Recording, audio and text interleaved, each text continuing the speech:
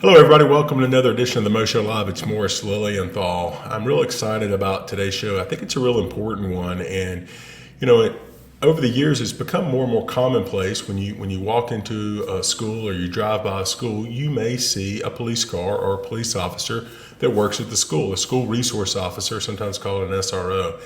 And as the spouse of a teacher and being actively involved in education over the years at my wife's school and then with others, I know the important role that SROs play. But I think really I only know probably about that much of what the role is. So I really wanted to bring on someone who is acting in that capacity to talk to us a little bit about that and kind of maybe give us some feedback on some of the things that they see in the school system that they could provide to parents like myself and others in the community how we could help build a safer and better environment for our children out there. And so that's why I'm excited today to have on as our guest Lt Ken Blandenburg from the Monroe County, Georgia Sheriff's Department. Lieutenant Ken, how are you doing today? Doing pretty good. How about yourself? I'm doing good. I appreciate you taking the time to do this, and I know that there are a lot of folks out there that probably see you and your counterparts all over the schools around the country, but they probably don't have a 100% idea of what you're doing. They may know you're helping with one thing or another. So I'm looking forward to talking to you a little bit about the role that you and your fellow SROs play out there. Folks, if you were watching today's show live and you've got questions or comments, just put it in the feed on Twitter or on Facebook. We'll try to get to it. If you're watching like most people recorded, put it in there. We'll watch it afterwards. We'll try to get you some information if you've got questions or comments after the fact and do. Lieutenant Ken, talk to us a little bit about, how long have you been in law enforcement, and then what led you to want to be a school resource officer? All right. So I got started around 2010, and when I got started initially, I was a jailer. I was a jailer from 2010 to 2014. Once I went to mandate and became mandated, I worked. I worked on patrol for like 6 months. So position came open in the school system. So once the position came open in the school system, I applied for it. Initially going into it, I really wasn't familiar about everything that was going to be going on, but I kind of had an idea because I had small kids of my own. So once I got in there, I had to kind of like feel my way through the school. I felt like the new kid on the block, but my main goal going into it was, just to increase awareness and, make sure the school was safe. And, you know, I learned programs, or I thought about like different ideas that I may wanted to, incorporate into my day, because sometimes you can have like days where absolutely nothing's going on, especially when you're dealing with like small kids. Because initially I started with elementary school. I did elementary school and middle school kids. So that's how I got started. Yeah. Well, I'm curious. This kind of popped in my head. You were mentioning that we were talking a little bit off air, and then you mentioned just then that you're a dad. Do you think that the fact that you've got three kids has kind of helped you and eased you into and given you kind of some insight to being a school resource officer? Do you think that's helped you along the way, kind of understanding how kids work a little bit? Yes, it has. It actually, because I have kids around the same age of the kids that I, interact with on a daily at the school, I'm able to stay up on, like the kids say, I'm up on game. So it's kind of hard for them to, get something over on me when it comes to, stuff that's going on at the school.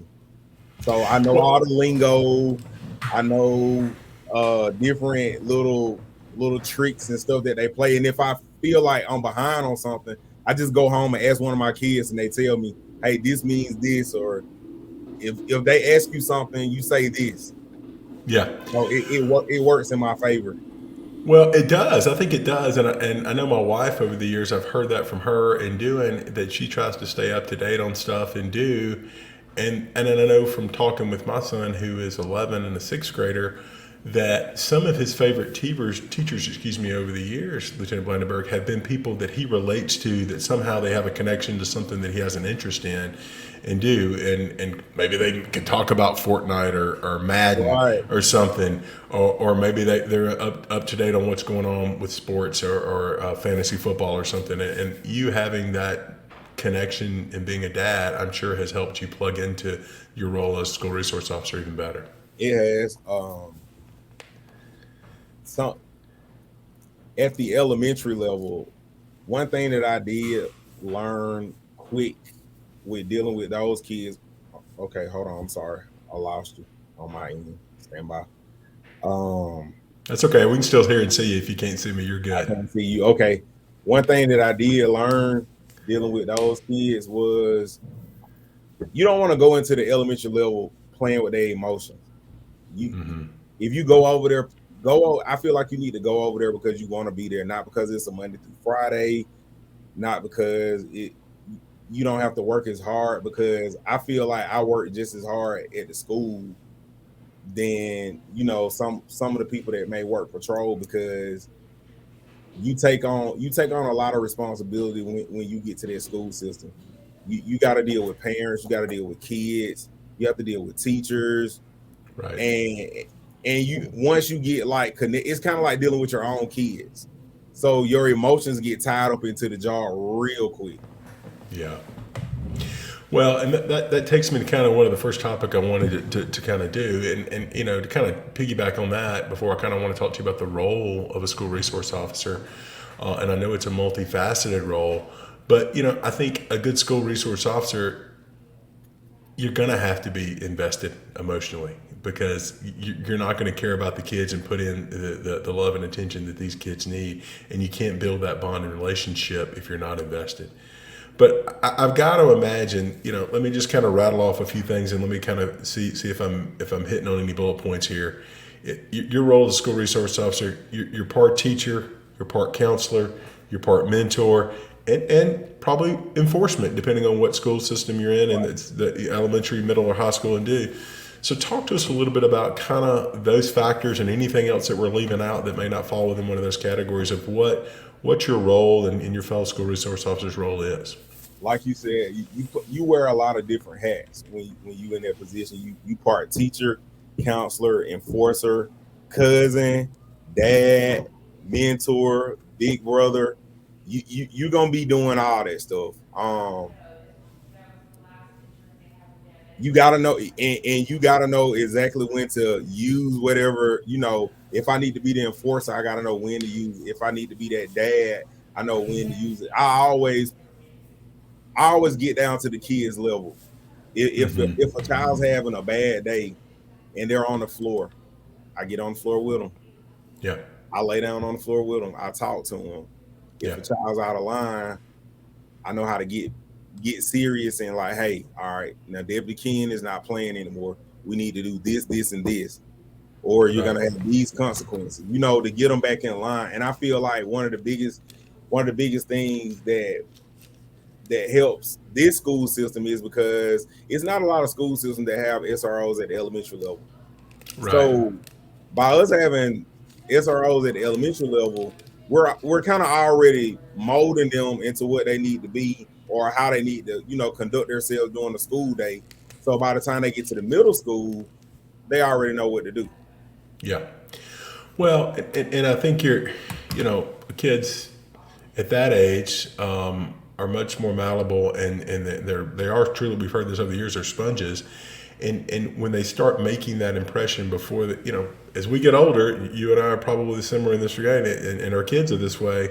Once they start getting older, it's hard to change their mentality and do. It can be done, certainly, but at a younger age, they're more impressionable. And if you're making them building that relationship and understanding those ground rules and expectations, but also building a good rapport with them, and so they understand the important role that law enforcement can have, and how they can use law enforcement as an effective tool and reach out to them if they have questions or issues, right?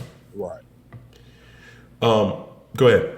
One of the things that I try to do is I always try to like read up on stuff and gain knowledge, and just to kind of prevent a lot of stuff from happening that goes on in the school. Because one of the things that this generation here is big on is gangs. We didn't have gangs when I was coming through school. I graduated from high school in 2005. It may seem ancient to like the kids. It seems like it was a long time ago, but in actuality, it really wasn't that long ago.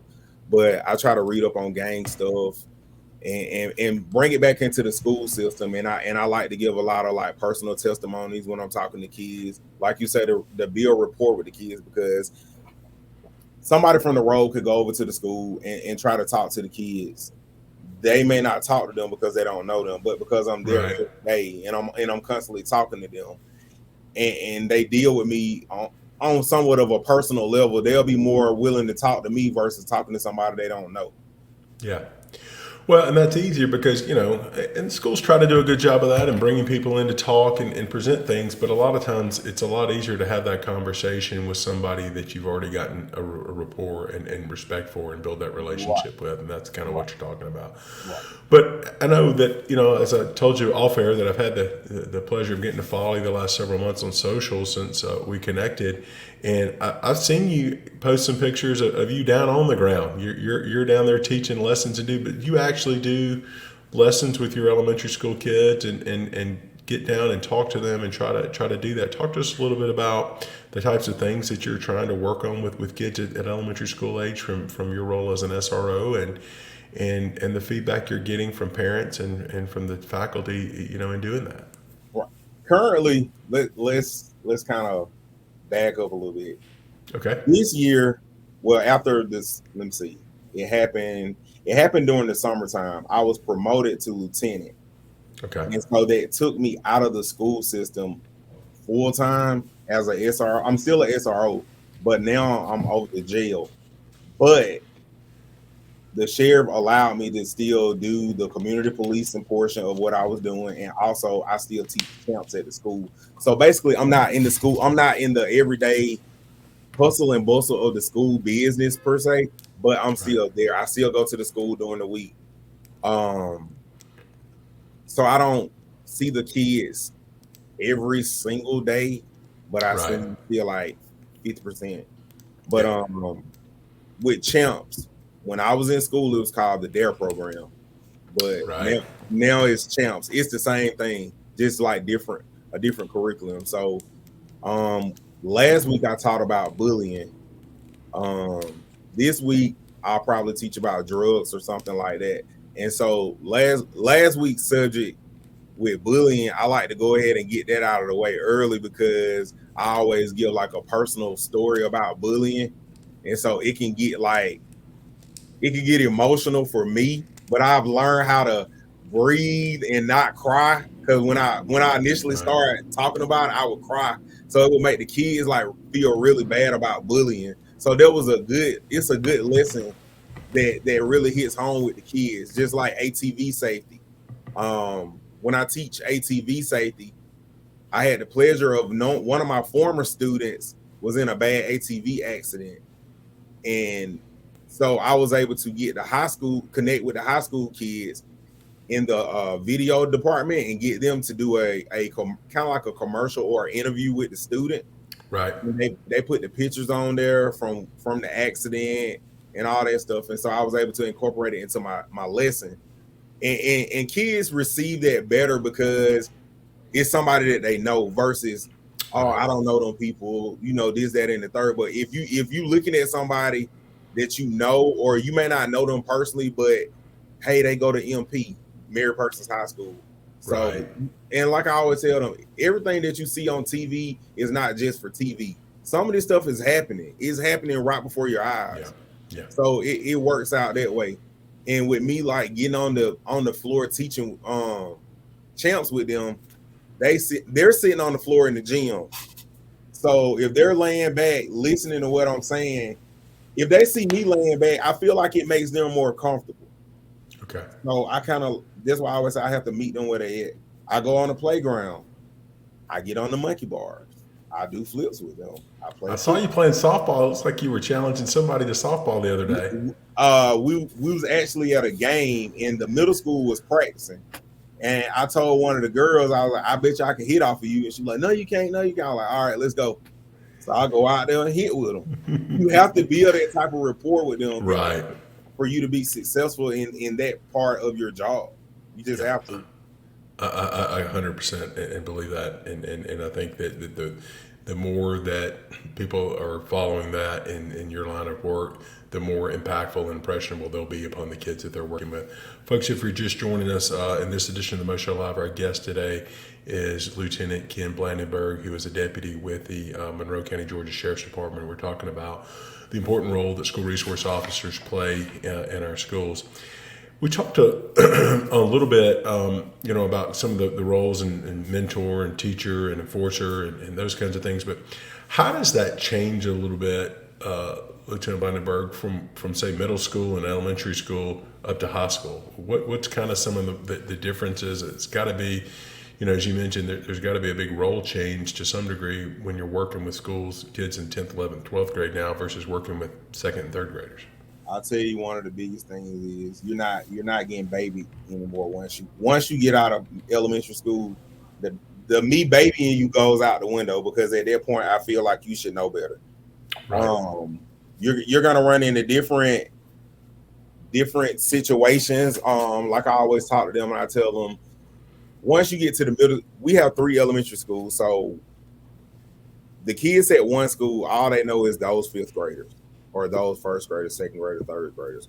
Right. But once you go into 6th grade, you're dealing with kids from different areas in the county. So you may be used to one thing or not used to being introduced to certain things because nobody in your area is doing that. But once you get to the middle school, you're in with everybody now.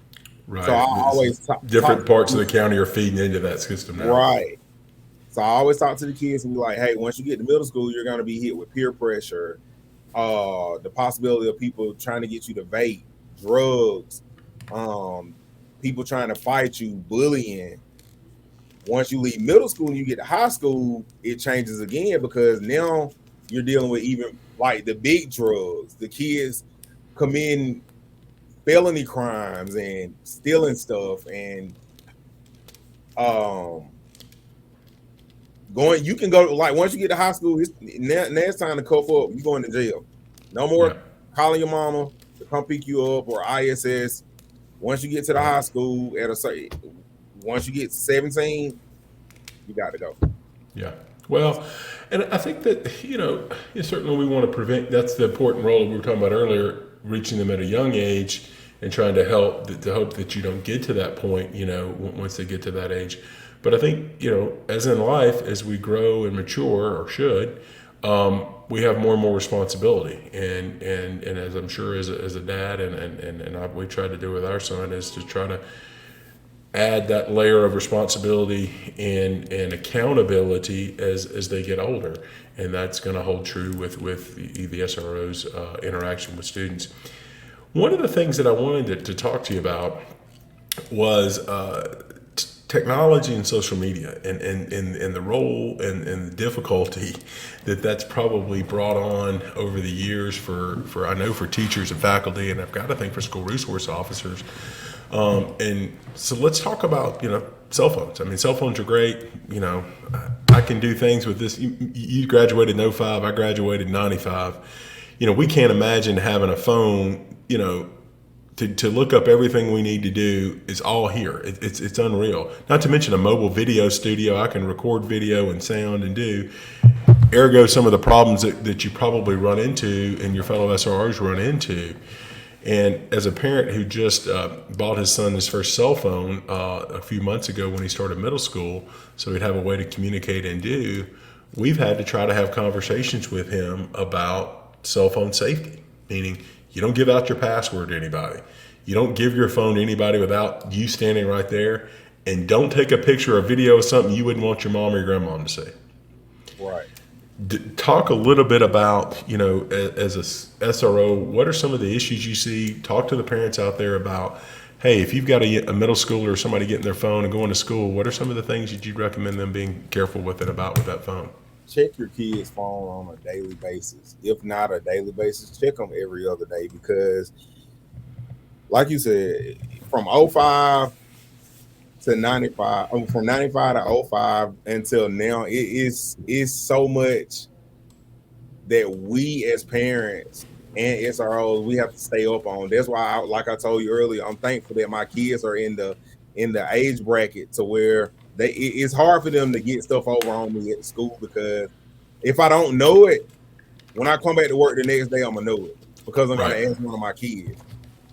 Like, even when it comes to passwords and things like that, your son could give his password to his friend, and he could be ordering stuff if your debit card is linked to his phone. And we've had those situations where kids would give out their passwords and somebody would start buying stuff using somebody else's parents' credit card. So then we have those type of situations. Playing games online, whether it's on your cell phone or some type of gaming system, you're meeting strangers from all over the world. I was telling the kids the other day when I was teaching, when we was playing PlayStation and stuff like that, we had to go to our friend's house with a cord, and we had to plug it in. Now you can play people from around the world. That's right. Even with that, if you're on your phone and you're playing something on your phone, or you're talking to people on your phone, that's how a lot of people get kidnapped. You think you're talking to a 12-year-old. You're not really talking to a 12-year-old. You're talking to an adult. It's a lot of perverts out here that's like luring kids in because of cell phones. You can like, it's a lot of bullying going on through cell phone, videoing stuff that you shouldn't video. So I really harp on that a lot with the kids, and I also advise parents, check your kids' phone. Even if you feel like you don't have time to check it, you need to make time, because it may be something in that phone that could save your life and your kids' life. Yeah, well, that's great advice, and I don't think it's snooping or doing. You're just, and it's not being a helicopter parent. It's been a responsible parent, and looking out for your kid's best interest, because your child can be doing what they think is innocent or right, and as you were kind of pointing out with different scenarios, somebody can be taking advantage of that. Not to mention, they may be gray in the lines of what is right and wrong, and you can catch it before it goes too far and do. And so, like I said, the things that we told our son was, you never give out your cell phone password. I don't care who they are or what they are, and don't take a picture of anything you wouldn't want your grandmother or video your grandmother to see. And see, that's another thing. It's a lot of, in this day and age, it's a lot of grandparents raising grandkids. And we've had situations where, like you said, you waited till your kid got in middle school to get them a phone. I got my daughter her first phone when she was in 3rd grade. Yeah. So, and it's because I worked a lot. Her mom was a teacher. So if I needed to get in contact with her, I had a way. If she may have to stand with somebody or whatever the case may be. But I've seen situations where kids that are being raised by grandparents, older grandparents, they're talking to people on the phone thinking that they're friends, and really it's an adult. So when I go to the grandparents, like, hey, you need to check such and such phone because she's talking to this person and I don't think it's appropriate. The grandparent really don't understand what's going on because they're older. Yeah. So I feel like I was put in a place to where I could put the grandparent up on game on what's going on. Hey, look, this is what this means. So you need to remember this. This don't mean what you think it means. Right. Because I used to always hear people talk about the dark web. I didn't realize it was really real until last year when we had a situation where a kid got blackmailed by somebody on the dark web, and they had hacked into his phone and was calling in false threats to the school, and we had to go through a lot to figure out that it was somebody that phone was hacked into.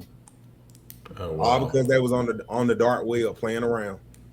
That's scary. Yep. Well, it's true.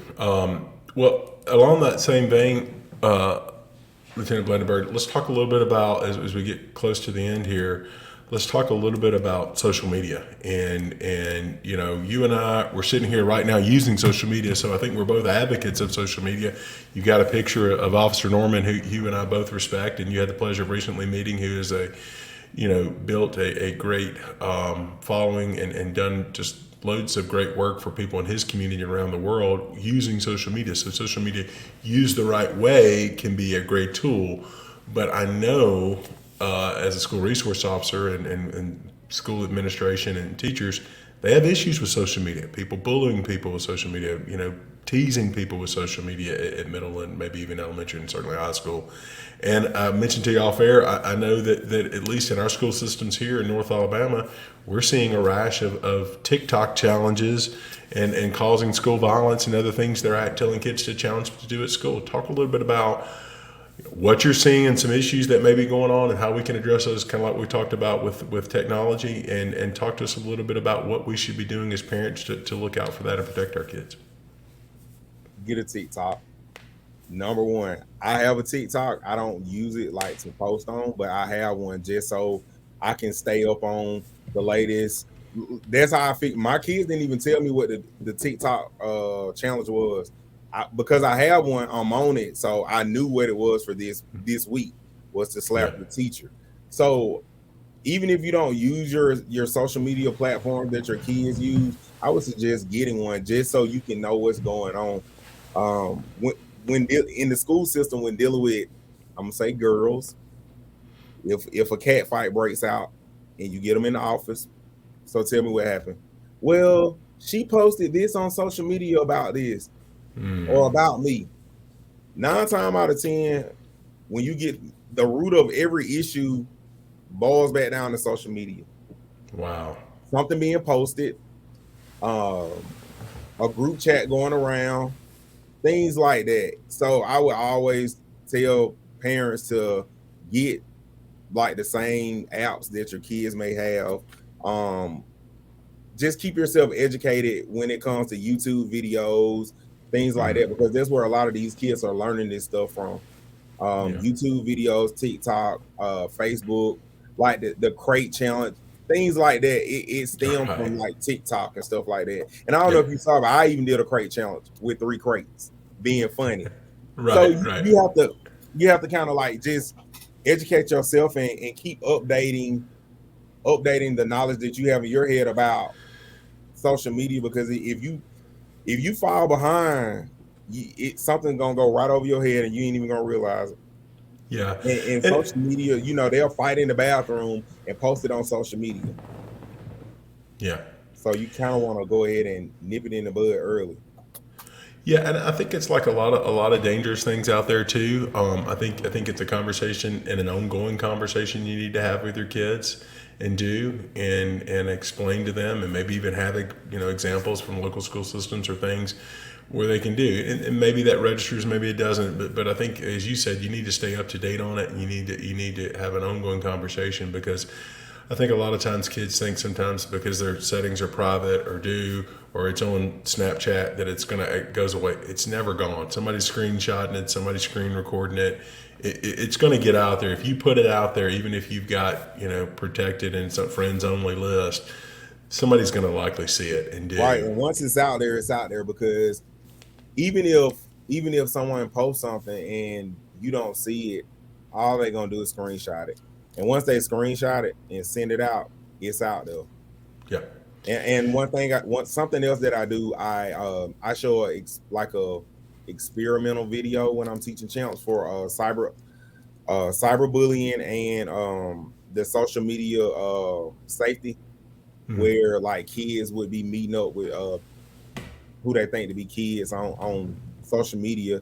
They'll meet up at parks and stuff like that, and then they'll like trick them into getting in the van or something like that, and their parents be waiting in the van. I show like all those type of videos. So it scares some of the kids, but I'm one of those people like, hey, I get it, but this is real life. This stuff is really happening. You don't put your kid in a bubble to where they feel like nothing will happen to them. I don't want anything to happen to your kids. I don't want anything to happen to my kids. But I want to also prepare your kids for what may happen, because it may be something that I said that they could use if they get in a bad situation. Yeah. Well, kids are sharp, and you know that as a school resource officer, you know that as a parent, and I feel like I know that, but sometimes I lose track sometimes of how sharp my son is, and not playing dad, or my kid's the smartest kid in the room, dad, but it's amazing what they know now, and because of cell phones and technology, how much they pick up on stuff. So don't discount what you can educate them on them that they may not be able to perceive it and do. Now, whether they listen to it, hearing it and listening to it may be two different stories, but that's important. And I agree with you. You know, I feel like give you a fun example. I met with a new client about a year ago. Lt Blandenburg, and her daughter was the one that I was going to be handling for a motor vehicle accident case for.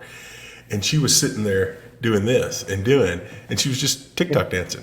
And I called her name and I said, such and such. I said, if you'll stop TikToking for 1 second. And she looked at her big sister. She's like, how does that man know about TikTok? I said, and I pulled up my app. I said, I got TikTok right here.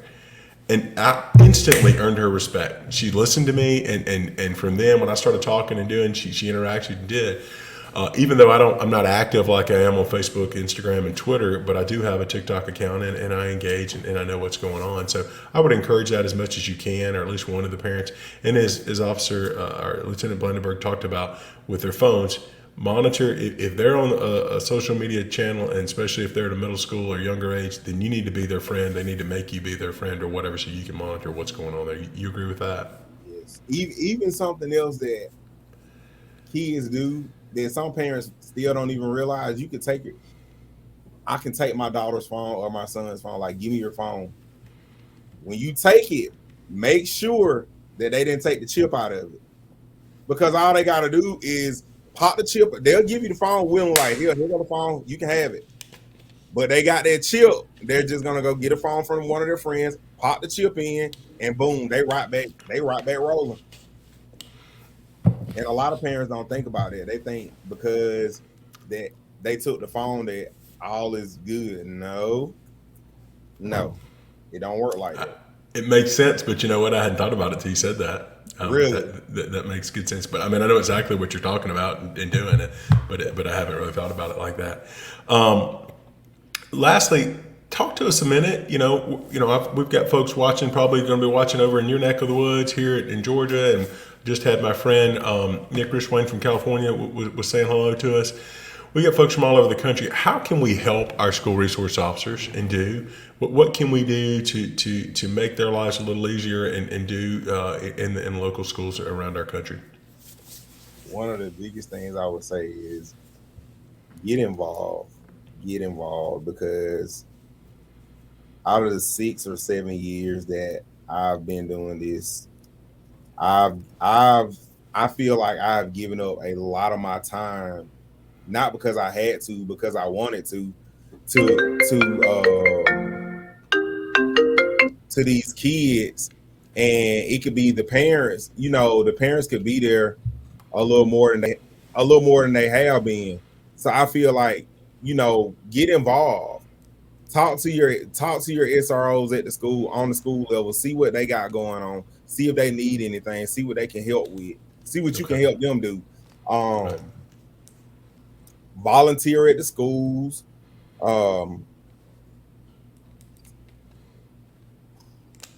That's basically get involved. Yeah, I agree, and I not to toot my horn, but I can tell you that over the years, just because as there people who watch the show regularly know that being the spouse of a teacher, I'm over the years have become very involved in the school system. And one of the things that I've done, and even when my son kind of aged out of doing this, I still go back over the years, and because of COVID, I really had in the last 2 years, but is going to just read to the kids. And when you go read to a kindergarten or first grade class, you're going to have so much fun and you're going to get so much out of it and do. But get involved and find time. I know, look, you've got 3 kids. I've got a son. If there's a ball, we're playing it every day, sometimes 2 sports a day. It's tough, but find time and make time, because they're not going to be, as we all know as parents, they all say it goes fast. It really does. And they're not going to be that old, and you may not get a second chance. One thing that I did was I created a summer camp. So during the summertime here for 4 weeks, I run a summer camp. Instead of working patrol, I ran the summer camp. It was something that I started. Awesome. Monday through Friday from 8 to 4. It helps the kids out, because a lot of people don't realize that may be the only vacation them kids may have for the entire summer. Yeah. As a matter of fact, this past summer, what I do is I take 15 kids. It's a different 15 each week, and I schedule a week worth of trips. I teach, do water safety, This year we went to the Braves Stadium. Where else we go? Like just different restaurants, skating, bowling, things like that. Swimming on Fridays. I did ATV safety during the summer camp, and also took them for a rides on the ATVs that we have here at the sheriff's office. But something with that, what really hit home for me was knowing a child had never been to Chick-fil-A before. Oh, wow. Something so simple that we take for granted. Is kids in the system have never even been to Chick-fil-A. Yeah. So that made me feel good to know that I was able to take a kid to Chick-fil-A for their first time. Well, that one, it shows your heart and where your heart is and what a great person and human being you are, and moreover, what a great deputy and school resource officer. But it's also a reminder that I think a lot of times we miss and just don't appreciate how lucky we are, and that while we may be in a nicer school system or in a good school system, that doesn't mean that every child in that school system has the same advantages. Kind of what you were talking about, kind of what you were talking about earlier, when the kids kind of move up to the middle school, they might be in one elementary school that might be a little bit more well off from a better area of town than when kids start coming in from different areas. And that's true. We've seen that in my wife's school system, that she always, they may have a handful of kids that just don't have the advantages that the others do. And those kids deserve every opportunity to have a good start at life, and to have those experiences as a kid, much less Chick-fil-A, but other experiences as a kid. And so I'm really tickled to hear that you and your department supports that. And I think that's great, and would encourage others to try to do something like that in their community. Last thing, Lieutenant Ken, how can people connect with you on social and follow you and keep up and keep spreading the good word and stay inspired? You can follow me on Facebook. Ken Blandenburg is my sheriff's office page. Also on Instagram, it's Yasmin05. Those are my two social media sites that I'm on. Okay. So, well, we'll stick that in the chat here to the Facebook video and tag you in that. But Lieutenant Blandenburg, thank you so much for what you've done and what you continue to do, even in your new role at the jail, that you're staying active. It just shows your passion, because you work so hard, you get a promotion but I got a feeling that you said, hey, I'm honored about this promotion, but you can't take me all the way out of the school, because my heart's still there. Right. Yeah. And I'm able to take what I learned from the schools and also apply it back here in jail. I learned patience from working at the school, so now I can apply it when I'm working back here in the jail system. Well, that's great, and I thank you so much for your service to our community and for your service to the school and the kids that you're building and molding and shaping their lives. And it may be a long time, or you may never see that, but you're making a real difference in those children's lives, and thank you for doing that, folks. Thank you, and please come out and support your local school systems. Get involved. Support your local SROs. They are out there working hard and making a difference in our schools to be a positive impact and role model for our kids out there. And Lieutenant Ken, thanks so much for your time, sir. Thank you.